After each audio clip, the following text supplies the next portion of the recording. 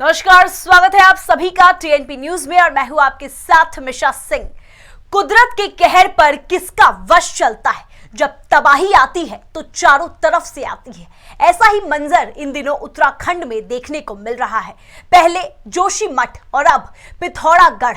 जोशीमठ की परेशानियां अभी थमी भी नहीं थी कि प्रकृति के एक और प्रकोप का सामना करना पड़ रहा है। देखिए ये रिपोर्ट।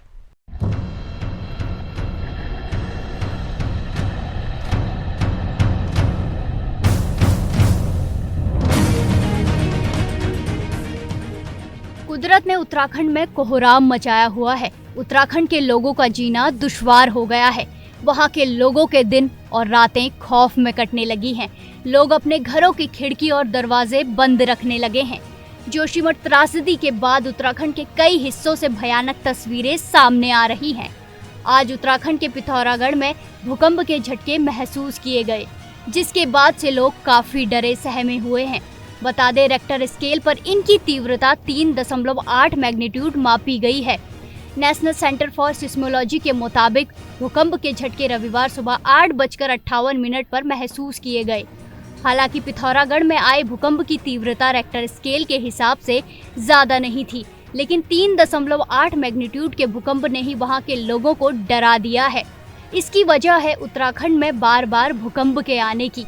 हाल ही में उत्तराखंड के कई हिस्सों में दरारें देखने को मिली और वहां के लोगों में इसी बात का डर है कि कहीं आने वाले दिनों में हालात जोशीमठ जैसे ना हो जाएं। लेकिन सवाल यहाँ ये उठता है कि ज्यादातर भूस्खलन पहाड़ी इलाकों में ही क्यों आते हैं?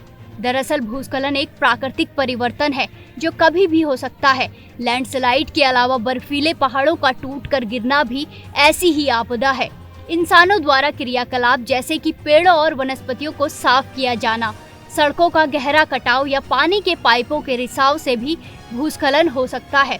हालांकि विशेषज्ञों ने इसके लिए मानवीय हस्तक्षेप को प्रमुख रूप से जिम्मेदार ठहराया है, जैसा कि जोशीमठ में देखने को मिला। आपको बता दें, जोशीमठ जिस जमीन के ऊपर बसा है वो ढीली और कमजोर है। इसके नीचे की जमीन में जो सामग्री है वो मिट्टी और मलबा है। ये भले ही मजबूत नजर आता हो, लेकिन असल में दूसरे पहाड़ों की तरह इसकी पकड़ मजबूत नहीं है। इसके बावजूद लोग वहाँ सालों से होटल बनाते रहे, विकास करते रहे, लेकिन विकास ऐसा होना चाहिए कि पर्यावरण को ज्यादा क्षति ना पहुँचे और विकास भी साथ में होता रहे। इसीलिए विकास सीमित दायरे में ही किया जाना चाहिए। बहरहाल भूस्खलन एक प्राकृतिक आपदा है जो कभी भी कहीं भी हो सकती है, क्योंकि प्रकृति को कोई बांध नहीं सकता। इससे डरने की जरूरत है।